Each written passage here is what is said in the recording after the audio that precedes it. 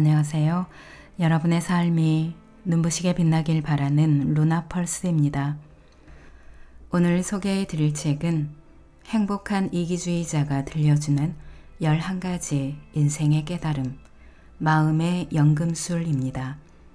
웨인 다이어 지음, 도지영 옮김, 펴낸 것은 비즈니스 북스입니다. 저자인 웨인 다이어는 전 세계 1억 부 판매된 행복한 이기주의자의 저자이자 세계적으로 존경받는 심리학자입니다. 저도 웨인 다이어가 쓴 책들을 좋아해서 여러 권 소개해 드렸는데요. 오늘 소개해 드릴 마음의 연금술은 웨인 다이어가 생전에 강의와 강연 등에서 이야기해온 마음을 성장시키는 깨어남에 대한 메시지를 정리해 펴낸 책입니다.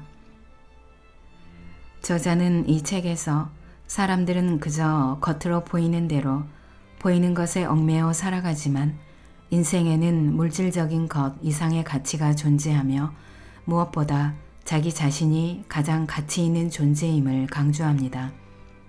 이를 위해 겉으로 보이는 것들에 흔들리지 말 것, 얽매이지 않고 진정으로 자유로워질 것, 무언가 되려고 애쓰기보다 나 자신이 될 것 등 인생에 꼭 필요한 11가지 깨달음과 구체적인 실천법을 전합니다. 특히 지금이야말로 부정적인 감정과 생각에 빠지게 만드는 에고의 말에 귀 기울이기보다 자신이 진정 인생에서 중요하게 생각하는 것은 무엇인지 또 무엇을 할 수 있는지 깨닫고 원하는 인생을 진정으로 이루어 가야 할 때라고 말하고 있습니다. 제가 읽어드릴 부분은 5장 나답게 살기 위한 3가지를 기억할 것 위주로 해서 읽어드리겠습니다. 오늘도 책과 함께 편안하고 따스한 시간 되시기 바랍니다.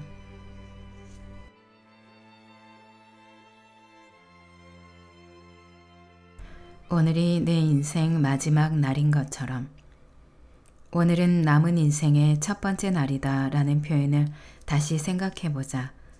나는 이 말을 오늘은 우리 인생의 마지막 날이다로 바꾸고 싶다. 우리에게 보장된 남은 인생 같은 건 없다. 주어진 건 지금뿐이다. 죽음은 자연히 우리에게 느긋해지라고 말하는 것이라는 오래된 농담도 있다. 물론 그럴 것이다. 하지만 농담은 전부 접어두고 죽음에 관해 생각해 봐야 한다. 삶 자체는 마무리되지 않는 것이다. 적절한 장소에 전부 정리하고 나갈 수 있는 그런 일이 아니다. 아침에 신이 너는 오후 11시 30분경에 세상을 떠나 오늘 밤 나를 만날 것이다 라고 말해주지 않는다. 신이시여 잠깐만요. 잘 모르시나 봅니다. 샴푸 3통을 샀어요. 이 샴푸만 다 쓰면 떠날 준비가 될 것 같아요. 그런데 신이시여 냉장고에 입도되지 않은 스테이크용 고기도 있어요. 할인 가격으로 샀는데 아직 한 입도 못 먹었는걸요? 라고 말할 수도 없다. 생애의 마지막 날에 신을 화나게 하고 싶지는 않을 것이다. 그랬다가는 신이 그럼 11시 20분에 만나세 친구 라고 말할 수 있으니 말이다.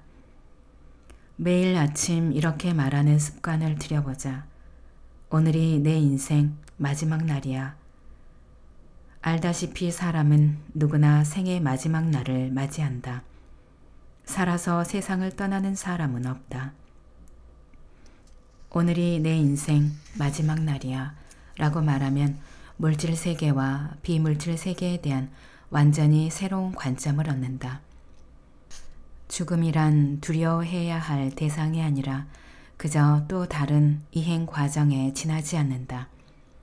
출근길 교통체증이 심각한 도로 위에 있다고 해보자. 살면서 겪는 마지막 교통체증이라고 생각하면 짜증나는 이 상황도 즐길 수 있다. 이 다리를 마지막으로 건너는 것이라면 다리를 더 유심히 살필 것이다. 그리고 도로에 줄지어 서 있는 모든 차량과 사람들에게 이렇게 말하고 싶을 것이다. 저는 웨인 다이어예요. 오늘 밤 세상을 떠날 겁니다. 그런데 제가 저 다리를 얼마나 좋아했는지 말하고 싶었어요. 저 다리 정말 멋져요. 급할 건 없다. 천천히 주어진 시간을 음미하라. 인생의 모든 것을 이런 태도로 대한다면 어떨까? 큰 그림에 시선을 두면 그런 태도를 기르는 데 도움이 된다. 나답게 살기 위한 3가지를 기억할 것. 자유롭고 싶다면 의심을 지워라. 우선 의심을 지워라 라는 비결부터 설명할까 한다. 이 비결을 첫 번째로 꼽은 건 가장 실천하기 어려운 일이기 때문이다.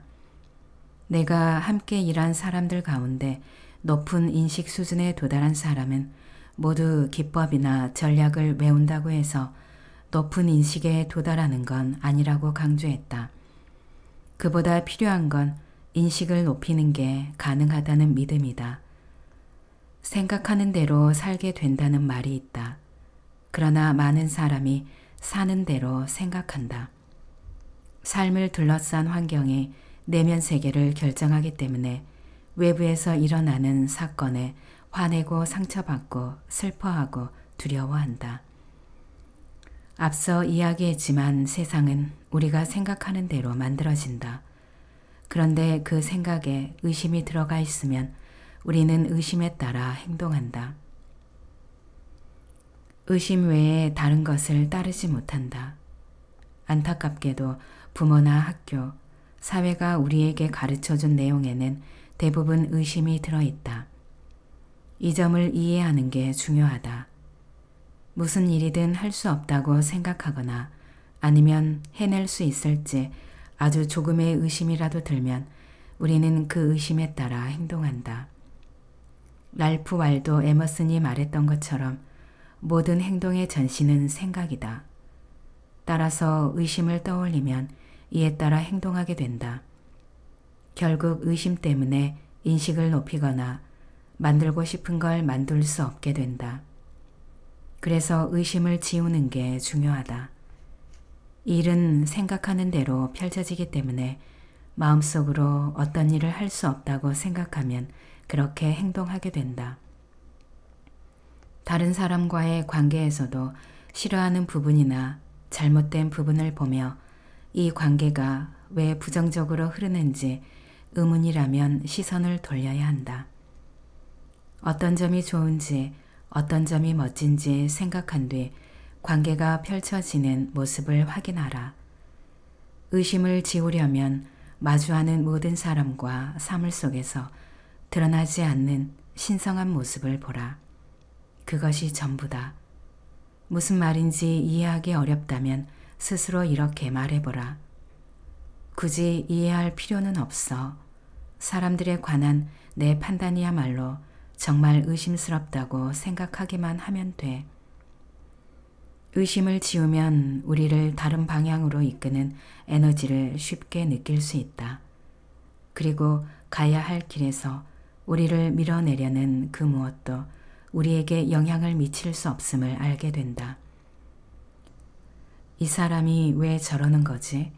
내 인생에 이 약물이 왜 또 나타난 거야? 여기서 왜 이런 유혹이 생겼지? 라는 생각 대신 시험에 들었다는 걸 안다. 그래서 사랑으로 대응하기로 마음먹고 그렇게 행동해서 새로운 인식을 얻는다. 무엇을 해야 할지 항상 알고 내용을 이해하며 그래 남들이 알려준 의심보다 내가 새로 알게 된 바에 따라 행동을 할 거야 라고 되뇌는 일은 때로 힘이 든다. 신체적인 모든 건 유한하지만 신체를 넘어서는 건 전부 무한하다. 알은 무한하기 때문에 우리에게 전해진 것이다. 지금 다른 몸을 가지고 있다고 해도 알은 영원하기 때문에 여전히 우리 안에 존재한다. 의심을 지우는 가장 기본적인 방법은 믿음을 알므로 바꾸는 것이다. 이제 우리는 높은 자아에 대해 아는 것이 아니라 높은 자아를 알고 있다. 우리는 높은 자아와 직접 관계를 맺고 함께 할 수 있다. 신은 공기처럼 보이지 않는 존재다. 우리는 신을 만지거나 볼 수 없지만 어디서나 경이로운 신의 작품과 의도를 엿볼 수 있기에 신이 존재한다는 걸 안다. 우리는 신이 그곳에 있다는 걸 안다. 이 암과 믿음은 밀접히 연관되어 있다. 믿음은 알미다. 다른 사람이 우리에게 알려준 게 아니며 숭배하거나 행하라고 말한 것도 아니다. 따라서 내겐 증거가 필요해가 아니라 믿음을 갖기로 마음을 바꾸면 우리는 신뢰 단계를 벗어나 알매 단계로 이동한다. 믿음은 내면에서 내리는 결정이라는 점을 반드시 이해해야 한다. 우리의 결정이 알미 될 때 신성한 지성의 형태로 만물에 흐르는 성스러운 에너지를 느낄 수 있다. 그러고 나면 믿음은 항상 우리 안에 존재하는 에너지가 된다. 의심을 지우는 방법을 몇 가지 소개한다. 긍정적인 확언을 하라. 확언은 인생에서 원하는 바를 확인하고 만들어내기 위해 스스로 되뇌는 긍정적인 말이다. 이런 말을 하면 좋다. 일어나는 모든 일에는 타당한 이유가 있다는 점을 떠올리며 나는 의심을 지울 거야. 그저 간단한 확언으로 마음속 의심을 몰아내기 시작하면 된다. 내면의 높은 자아를 마주하라. 내면의 높은 자아를 마주하겠다고 마음먹어라. 내면의 높은 자아에 관해 단순히 아는 게 아니라 이 사랑스러운 존재를 직접 만나기 위해서다. 내면에서 일어나는 소란스러운 대화를 멈추고 내 안에 비어있는 조용한 장소로 가면 훨씬 쉽게 높은 자아를 마주할 수 있다. 아무 일도 하지 않으면서 조용히 귀를 기울일 수 있는 시간과 장소를 마련하라. 그리고 매일 내면의 비판으로부터 자유로워질 수 있도록 생각에 잠기는 시간을 가져라. 많은 사람이 당신에게 해준 이야기에 들어있는 의심을 전부 지워라. 마음을 열고 회의적인 생각을 멈춰라. 나는 여기서 잠시 불신을 미룰 거야 라고 혼잣말로 하라. 깨어있는 동안 꿈꾸는 연습을 하라. 꿈꾸기 위해 잠들 필요가 없다는 사실을 떠올려라. 꿈꿀 시간을 잠시 가져라. 깨어있는 동안 꿈을 꾸면 한계가 사라지는 느낌을 받을 수 있다. 아마 어렸을 때 해본 적이 있을 것이다. 몽상가라는 별명이 붙었을지 모르지만 그게 바로 우리가 했던 일이다.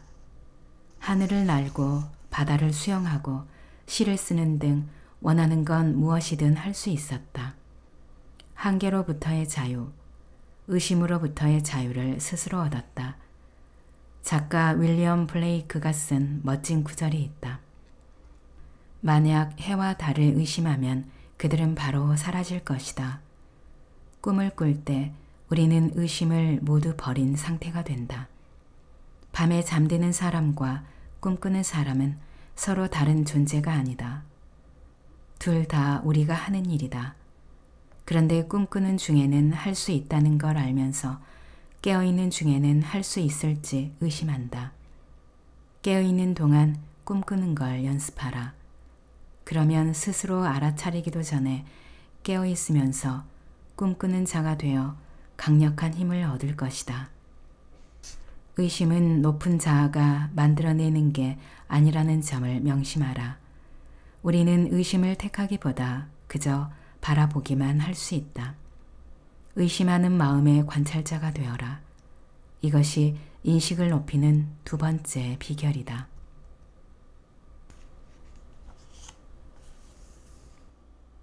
마음의 관찰자가 되는 법. 인식을 높이는 두 번째 비결은 첫 번째 비결에서 이어진다. 일단 의심을 지우는 법을 배우면 관찰자가 될 수 있다. 의심을 지우는 법을 배우기 전에는 할 수 없는 일이다. 시인 칼릴 지브란의 이 말을 나는 참 좋아한다. 사실 삶을 사는 건 삶이다. 당신이 삶을 사는 사람이라고 생각하겠지만 당신은 그저 삶의 관찰자일 뿐이다. 관찰자는 육체의 세계에 있지 않지만 우리의 몸을 관찰한다. 관찰자가 되려면 자기 안에서 빠져나와 내 삶에 어떤 일이 일어나고 있는지 제3의 시각으로 봐야 한다. 정신적 인식을 높이고 이를 통해 성취감, 목적, 자유로 가득한 인생을 만들고 싶다면 아무리 힘들어도 반드시 자신과 결과를 분리해야 한다. 스스로 삶에서 발생하는 모든 일을 관찰하는 사람으로 여겨라. 관찰자가 되라는 뜻이다. 내 안의 마음과 모든 생각에 주의를 기울여라. 오늘 일어나는 일과 과거에 있었던 일에 전부 주목한다.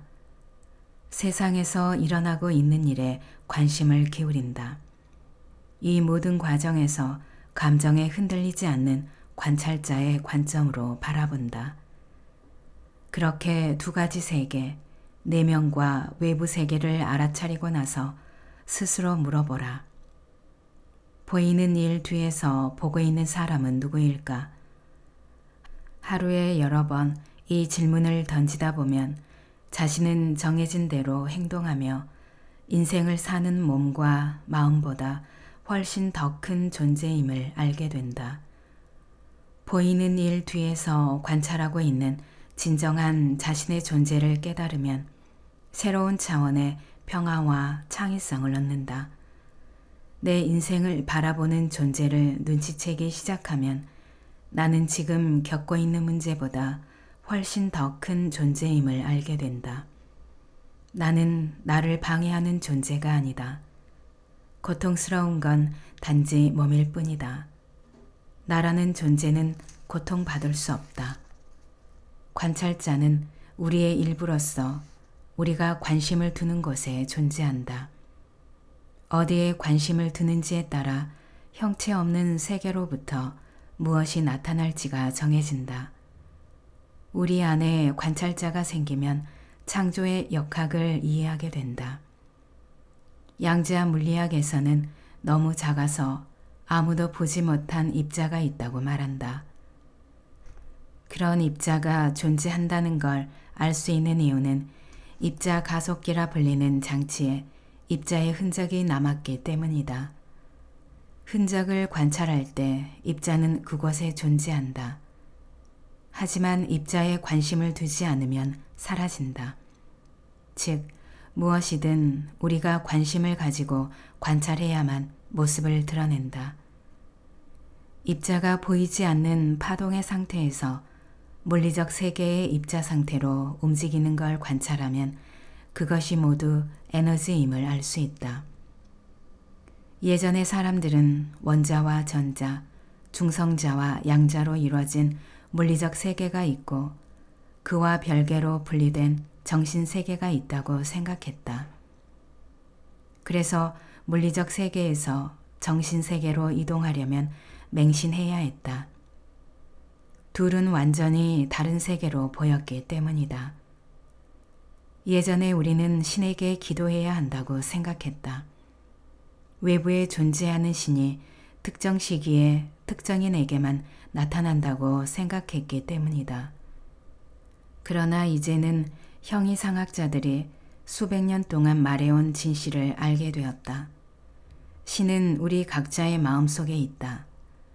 양자 물리학은 우리가 현실이라 생각하는 것이 에너지에 불과하며 그 에너지는 모든 장소, 모든 사물 속에 항상 있다는 걸 보여주었다. 위대한 사상가들은 모두 똑같은 질문을 한다. 그들은 인생이 무엇인지 확인하려 하는 대신 인생을 바라보는 방법을 배우고자 한다. 의심을 지우고 관찰자가 될 때 믿거나 말거나 더 없는 기쁨이 존재하는 곳, 높은 인식이 존재하는 곳에 설 수 있다. 자신의 인생을 바라보는 건 아름다운 경험이다. 앞서 우리는 자신의 몸을 바라보는 방법을 배웠다. 우리는 겉모습만으로 이루어진 존재가 아니지만 여전히 몸과 더불어 살아야 한다. 그래서 몸에 향수를 뿌리고 치장하고 보험에 가입하고 질병 등 몸과 관련된 문제를 해결하려 한다. 하지만 동시에 이 모든 일의 뒤에 누군가 있다는 것도 안다. 우리 안에 보이지 않는 어떤 존재가 이렇게 말한다. 그냥 혼자 말한 거였어. 하지만 이제는 두 사람이 있다. 당신이 말한 내용이 무엇이든 그 말을 듣는 나와 자신 두 사람이 있다. 가령 팔을 다쳤어 라고 말할 때 당신은 팔일까 아니면 상처를 경험하고 있는 존재일까? 예를 들어 내가 손가락을 꿈틀꿈틀 움직여야지 라고 말하고 나서 손가락을 움직이면 당신은 별일 아니라고 생각할 것이다. 하지만 손가락을 꿈틀꿈틀 움직이는 지휘본부가 어디인지 당신에게 묻는다면 어떨까? 아마 당신은 이렇게 대답할 것이다. 사람의 뇌를 들여다보면 손가락을 움직이는 시냅스와 뉴런을 볼 수 있어요. 그렇지만 당신은 내 손가락을 꿈틀꿈틀 움직일 책임을 지닌 사람이 있는 지휘센터 같은 건 절대 찾을 수 없을 것이다. 따라서 자신의 몸을 관찰할 수 있지만 몸이 하는 일에 대해 둘러앉아 걱정하지는 않는다. 당신이 지금 심장을 뛰게 하려고 바쁘게 예수는 중인 건 아니다.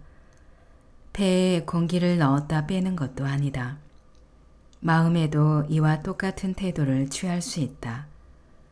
마음속에서 생각이 나타났다 사라지는 모습을 몸을 관찰하듯이 관찰하는 것이다.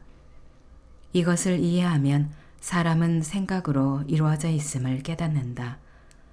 사람들은 몸과 마음을 양분해서 생각하지만 사실 그렇지 않다.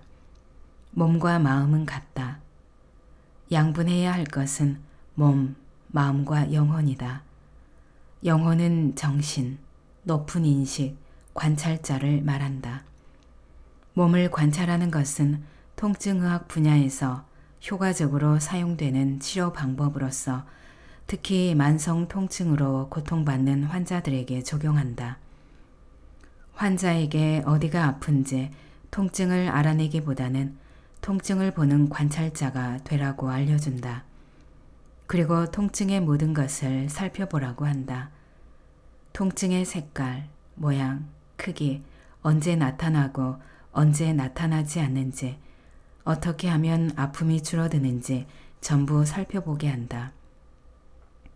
환자들은 통증을 관찰하다가 자신이 관심을 기울이는 곳에서 통증이 생겨남을 알게 된다. 또한 통증을 알아내려 하기보다 가만히 살펴보고 관찰하면 사라지게 할 수 있다는 것도 알게 된다. 그러면 관찰자가 되는 방법을 몇 가지 소개한다. 무엇도 잘못되지 않는다 라고 말하라. 매일 이 확언을 반복하라. 나의 세계에서는 무엇도 잘못되지 않는다. 내가 지금까지 들어본 확언 가운데 가장 좋은 확언이었다. 나도 개인적으로 매일 반복해서 말하고 있다.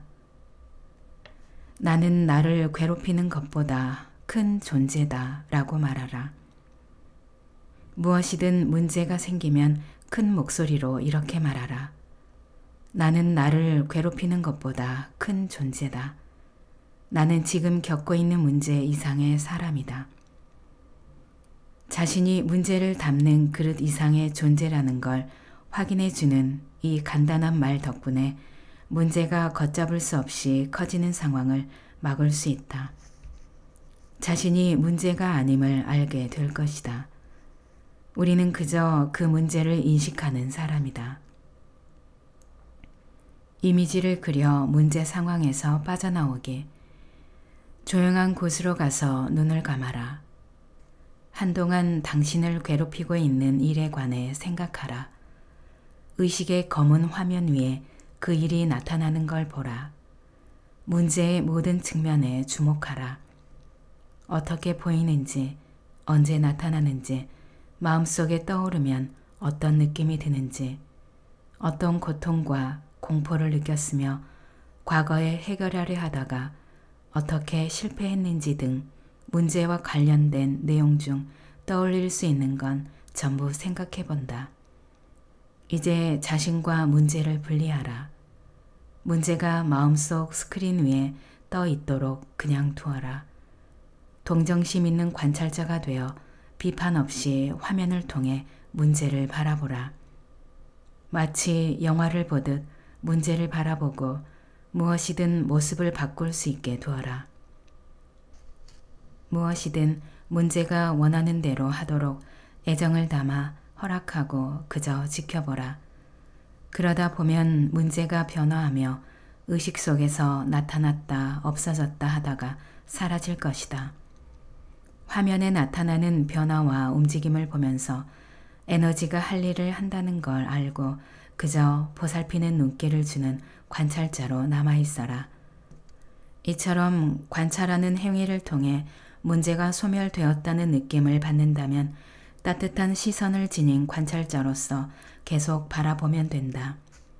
나는 엄지발가락 가까운 쪽에 부상을 입어 테니스를 치기 아주 힘들어졌을 때 관찰 행위를 실천했다. 부상을 입은 나는 계속 이렇게 말하고 있었다. 이 부상 때문에 원하는 일을 할 수 없어. 그래서 너무 화가 나. 하지만 관찰자의 입장에 서자 더는 나를 다친 사람으로 보지 않게 되었다. 고통받는 건 내가 아니라 내 몸일 뿐이었다. 관찰자의 입장이 되자 말하는 내용도 바뀌었다. 이건 내가 아니야. 이건 내가 느끼는 고통이 아니야. 이건 몸이 느끼는 고통이야. 나는 내 몸이 아닌걸. 고통을 받는 건 내 몸이지 내가 아니야.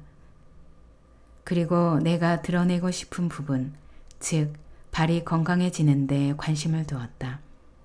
발가락 부상 때문에 며칠 동안이나 힘들었고 다리를 절뚝거리며 온갖 우스꽝스러운 모습으로 다녀야 했는데 건강한 발에 관심을 둔 다음 테니스를 치러 갔더니 그런 증상이 사라졌다. 젊었을 때도 이렇게 관찰자가 되어 문제를 해결했던 적이 있었다. 고등학교와 대학교에 다닐 때 나는 디트로이트에 있는 크로거 슈퍼마켓에서 일했다. 그곳에는 1000개가 넘는 무거운 상자를 가득 실은 커다란 트럭이 들어오곤 했다.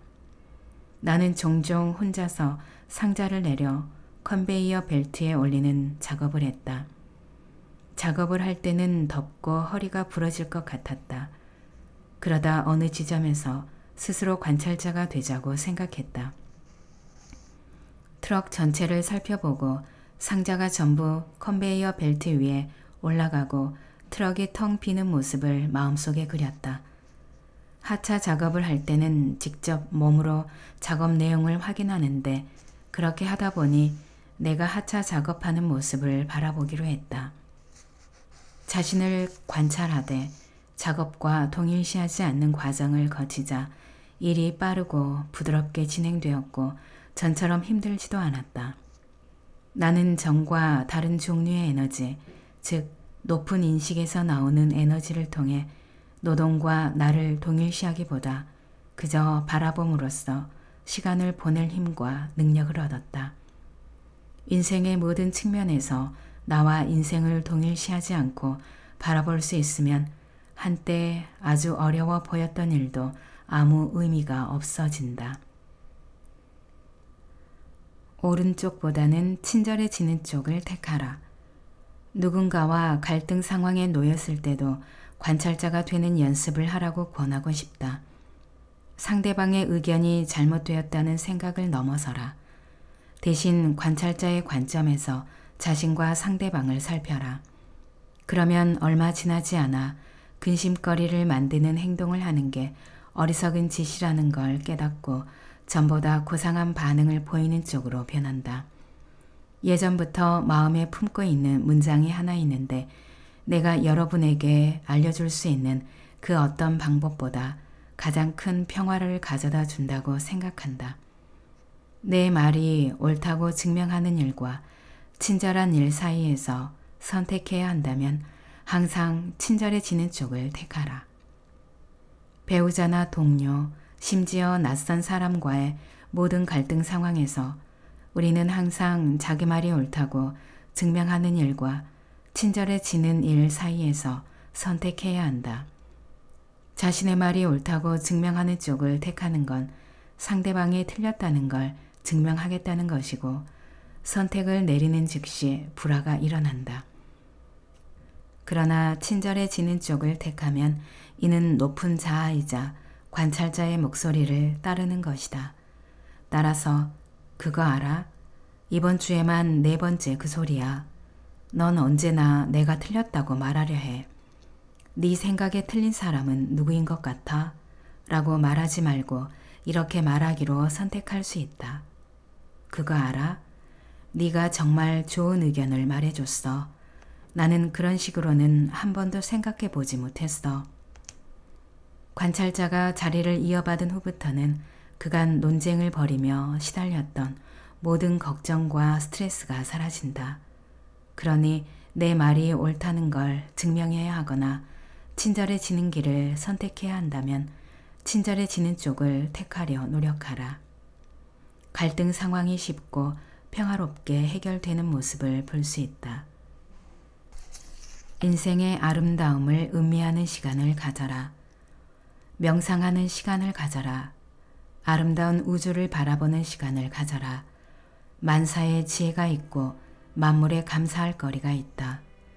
내면 세계를 비판과 회의, 의심, 괴로움, 고통으로 채우기보다 항상 자신에게 선택권이 있다는 점을 기억하라.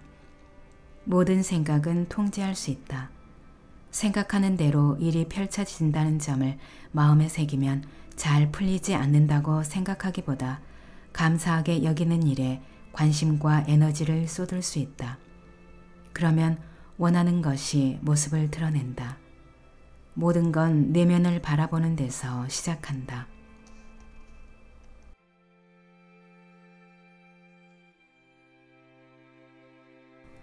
낭독은 여기까지입니다.